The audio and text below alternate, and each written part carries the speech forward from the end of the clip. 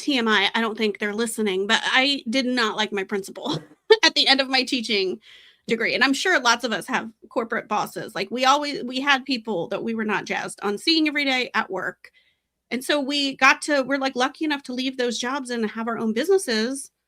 And then all of a sudden I was like, oh my gosh, like everyone on the internet is telling me what to do for my business. Like now I have like 100 annoying bosses. Welcome to Courage to be Visible, the podcast for heart-centered entrepreneurs who are done hiding in the shadows and ready to step into the spotlight. I'm your host, Andrea Stenberg. I'm a video marketing strategist and a big believer that showing up as your true self is your marketing superpower. Welcome. Today I'm with Deanna Seymour. She helps business owners rely less on social media and build visibility through community and connection. Welcome, Deanna. Hey, how's it going? Thank you so much for having me.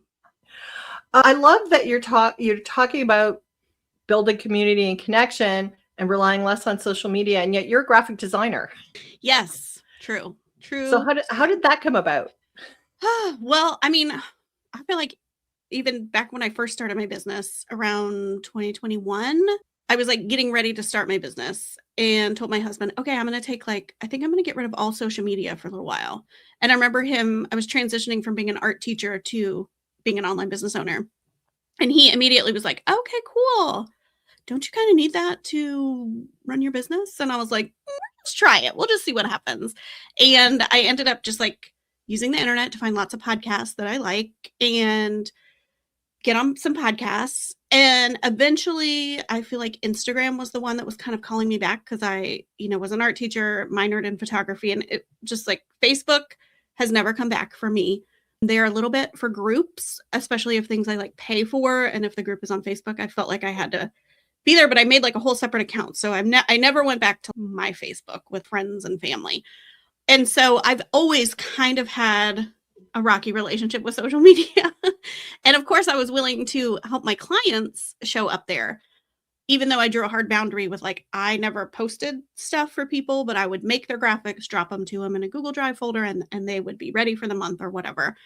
I've just kind of had like a love-hate relationship with it the entire time. And even now I've taken a long time off with static 9 grids and kind of disappearing for a while, but I'm starting to realize, okay, I kind of need some new people. Like I feel like, not because I don't love the people who've been there forever, but it's like, to market a business and to keep growing, you need to like keep kind of getting in front of new people, because if they've already got your stuff, then we got to find new people. So I'm kind of back on Instagram and like exploring Threads, but I feel like it's like way more boundaried than it feels like a lot of people struggle with. Oh, I have to be on all the time. Or I think more people are realizing you don't have to be on all the time, but that little voice is still there for a lot of people. So I'm leaning much more into community. And I do think a lot of people really do have a love-hate relationship with social media. Like they know they have to do it, but they don't necessarily love it. Now you said something that I think people listen. I know what it is, but other people won't. You talked about the static 9 grid. So explain that. I know I started like drop that in and I'm like, oh gosh, I have to come up for air. Sometimes I'm quite chatty. So you got to keep me in check. A static 9 grid is just really putting up 9 posts on Instagram. Usually it's 9. It could be 12. You could also think of it as like the 3-pin post at the top of your feed. So it can be just like a very intentional posts that you create on Instagram. For me, I did 9. At some points I've had 12, but when I put all those up, I feel like the anxiety is gone and I can kind of step away. Whether it's like, oh, it's summer, I'm going to be traveling, or it's the holidays and I want to be like off for Christmas while my kids are off school, or you're just like, I'm so sick of this, I need space to try something else. So it's really just intentional posts that you kind of leave at the top of your grid indefinitely for as long as you want. And for me, it's been years. I will update them sometimes because you know how it goes. Like we all tweak our offers, change things. Oh, I added a course or something. And so I've changed it a few times, but I always like archive the old ones and just put up the new ones. And so at any given time when someone lands on my profile, it's almost like a mini website and they know exactly what I do, my offers, my opt-ins, and kind of where I want them to go. Where if someone like has a YouTube channel, like some of my clients are like, I only want to make YouTubes. So we're really specific and we say, go find my YouTube channel and subscribe, or go listen to my podcast. So it's like a little landing page to say, I'm here, I'm still in business, I'm super cool, but like, come find me where I am. So you does that mean you don't do anything on Instagram beyond the 9 grid? For years, I didn't really. And then my community, the Playhouse, is really fun, and the members all can host their own events. And so I wanted a way to sort of get that out there for them in the easiest way possible. Like, I am totally 2026 is my like strip down everything in my business, make everything as easy as possible. And it actually came about because I use Showit as my website provider. And I knew that there was a plugin that could populate from my Instagram. And I thought, oh, what if I just post about their events and it populated on the landing page for the Playhouse? Because people can join for free to come check it out. And I wanted the like most current events to be on there, but I was like, oh, I don't want to be like updating my website all the time. I just couldn't figure it out. So I was like, oh, this will kill, well, let's not kill birds. This will cut a bunch of carrots with one knife.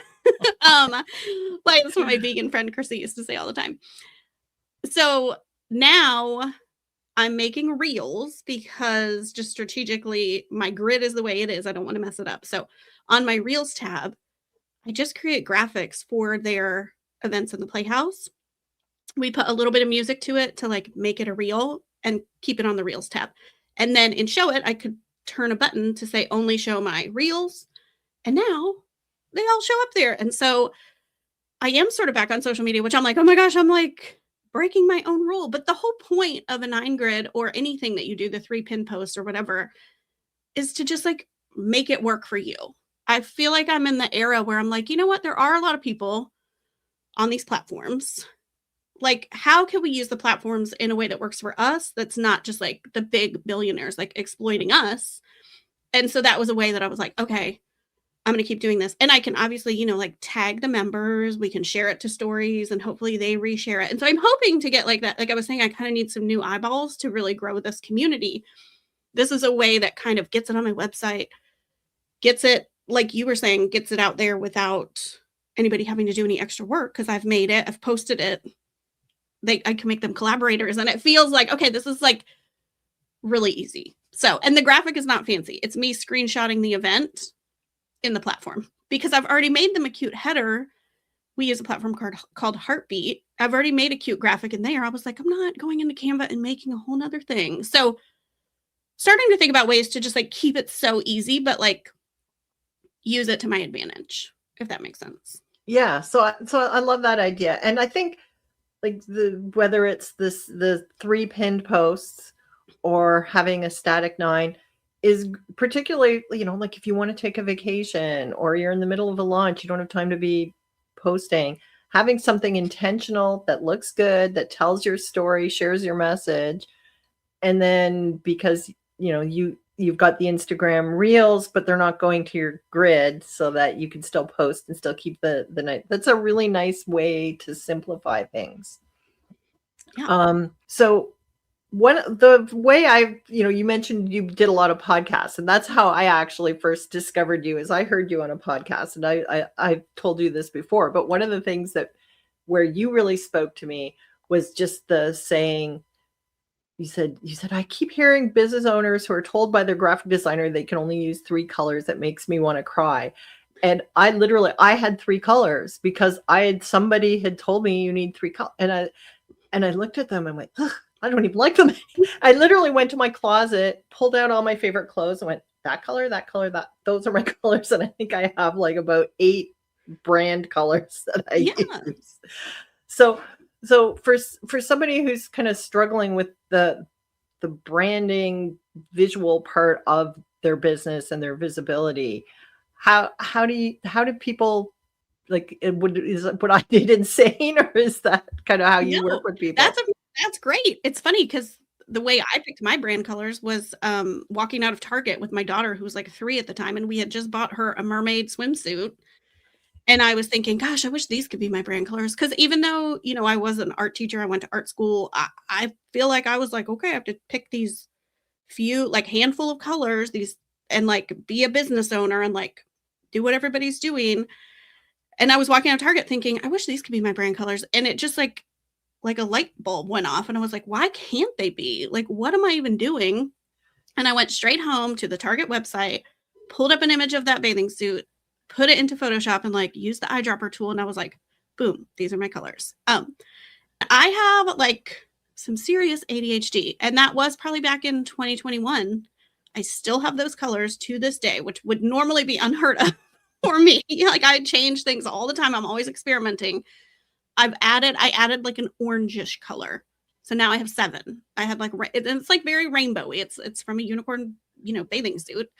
Or I guess it was a mermaid. It was like rainbow color mermaid bathing suit for a 3-year-old. So just to give you an idea of how not prim and proper businessy my colors are, but I love them. And it gives me so many options and I don't get sick of any of them. I kind of feel like the teal, like my turquoisey blue and my pink are sort of my go-to ones. I always use yellow, it seems like, on my website for my buttons. So like some of the colors have like naturally been assigned their roles. And I guess I will point out that along the way, I use Kit for my emails. I wanted to use a brand color for my links, and all my colors seemed a little too light for that. So I just made a darker teal for my links. Like, so it's okay to, and nobody on my list was like, this doesn't seem like Deanna's correct hex code for her teal.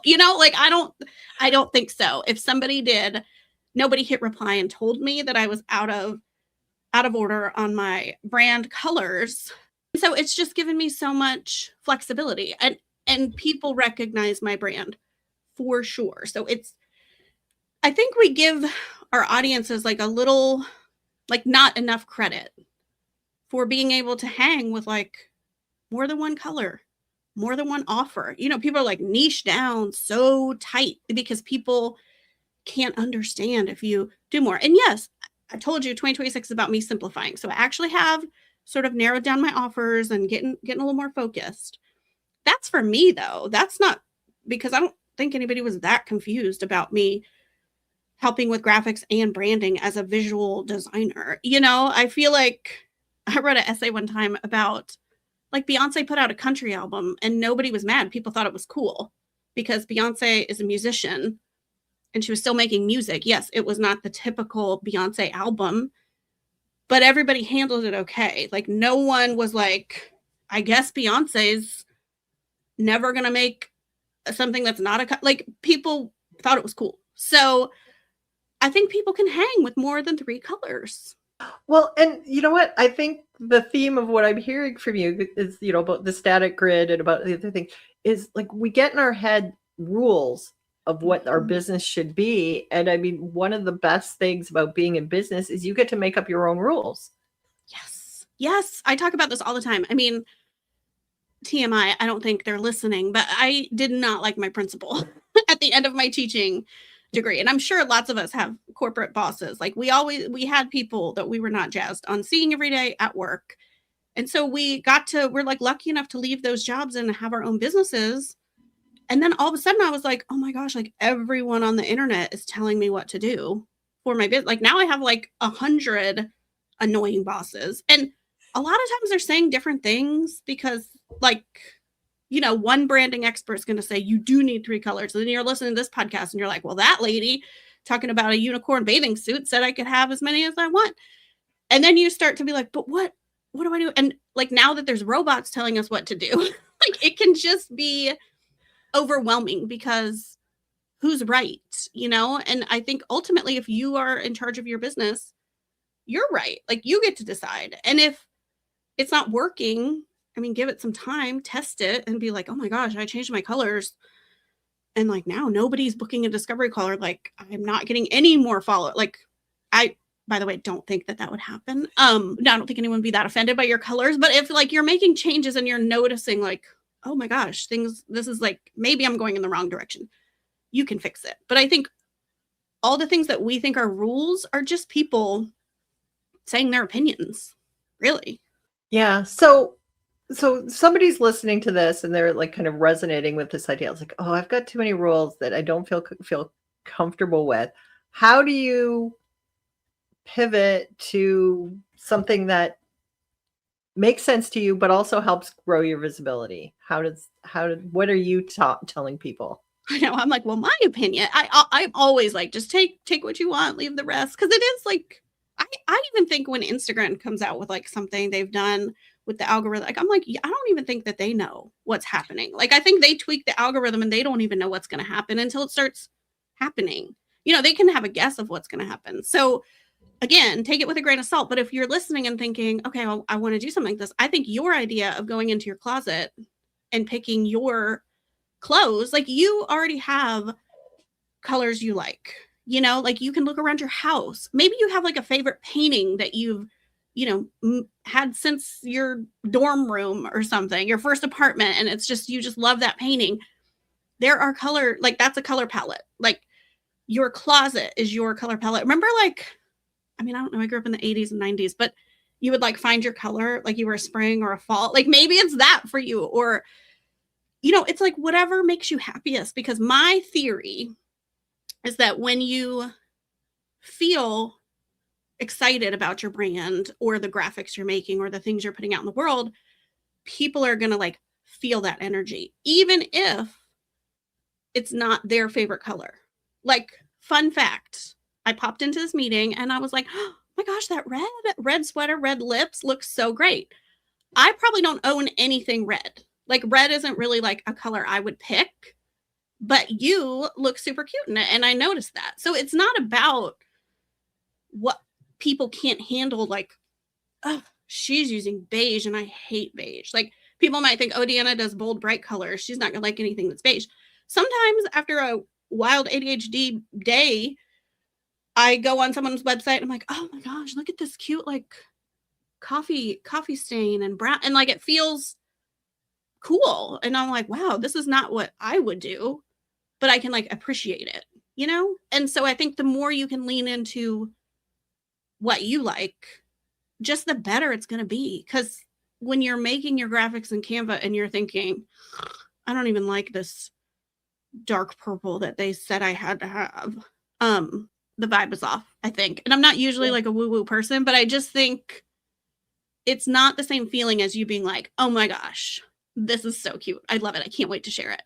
Well, it's like with showing up on video, I always tell people, like, if you don't feel comfortable in what you're wearing or, your hair or your makeup, you're not going to portray yourself the same way. It's like, yes, in an ideal world, women shouldn't need to wear makeup, but like I have an autoimmune condition where if I don't have makeup, I look like I have two black eyes. So like makeup is the thing that gives me the confidence to be on camera. And so it's like, and then lipstick, I just like, I've always liked lipstick because it's the one thing I can't screw up. Well, I'm jealous because I feel like I could never get it right. So I'm like, well, I do notice lips all the time because I'm like, man, I suck at lipstick. So isn't that funny how some people too, like it's easy for you and hard for me. Like that's crazy. Yeah. So, you talk about visibility through community and connection. So talk a little bit more about that, about why that's so valuable and how that helps people. Yeah. Well, I think it's kind of the same idea of showing up as yourself and like connecting with people. And I think it's really hard to connect with people if you're not kind of showing up as yourself. And I don't mean like, I was gonna say I don't mean like completely disheveled, but you know what? Some people would definitely resonate with that and be like, oh my God, she's building a business. She looks just like me with that messy top knot. Like it's literally about like you were just saying, you're not telling people you have to wear makeup. Somebody might put on makeup and like turn really stiff because they're like, oh my God, I never wear makeup and now I feel weird. Like maybe their natural look of kind of showing up and being like, oh my gosh, I'm a hot mess is what's going to make them do better on camera. So I think in terms of growing my community or anybody having a community, you got to show up as yourself because like I was saying, it'd be exhausting to keep trying to show up as somebody you're not, And so I think business is hard. That's the other thing I was going to say too. Business is hard. Like, don't make it harder on yourself. If you don't want to wear makeup for a video and it doesn't help you feel better, don't do it. Like, if designing in Canva with these colors would be fun and this feels awful and you're like forcing yourself to do it, do the thing that makes it feel easier. And so, yeah, I don't know that I answered the question. I think I went on a rant, but welcome to an interview with me. No, but I think that's right. Is, business is hard, and if we can find ways to make it easier and to make it fun and to make it just feel comfortable, and and so, like, break the rules that don't make sense for you. If you make a rule for your business and then it doesn't work anymore, then make a new rule. It's your business. Nobody says you have to be stuck on that forever. I love that. Yeah, you can totally break it. I feel like you're like, the main thing I think is just people feeling like they're allowed to be in charge. And it's like funny to even say out loud because you're like, duh, we started our own business. But most of us came from, like, I mean, I came from an art teacher background. So I was like, I don't know how to do a business. Like, I don't know how to be a business owner. And of course there are things like doing your taxes. Like, you could do that wrong, or setting up an automation to do something. Like, you can push wrong buttons, you can do wrong things. But so that's okay. Like, figure those out, learn those from professionals, or take courses, whatever you need to do. But when it comes to like the creative stuff about like how you want to show up on video, what kind of colors you want to use, what formats you like, I'm sure people can try video or like, maybe they never thought to be on video, but they hate making carousels. And somebody told them you got to make carousels. And they're like, God, this would be so much easier if I could just get on a video. Like, then do that. It's okay. Like, just lean into, give yourself permission to make the decisions that make sense. And know the difference between like a rule and a suggestion. Absolutely. All right. So, Deanna, this has been so much fun. If somebody wants to know more about you and what you do, how can they find that out? Yeah, they would just go to my website, deannaseymour.com. The community that we were talking about is called The Playhouse. So that's right top center of that website. And people can join for free to come check it out and hang out. But lots of different events, lots of fun events, some about business, some not about business, because I'm a firm believer in like having that balance a little bit. And yeah, that's a place where you can hang out with me the most. All right. Well, I will have a link to that in the show notes. Definitely go check her out. The Playhouse is a lot of fun. And thank you again for having this conversation with me today, Deanna. Thanks for having me. Thanks for listening to Courage to be Visible. I hope today's conversation sparked ideas for your own visibility. If it helped, please share this episode with a friend. Follow the show and leave a quick rating or review on Apple Podcasts or Spotify. It really helps. For links, show notes, and free resources to grow your visibility, head over to the show notes or visit my website. See you next time.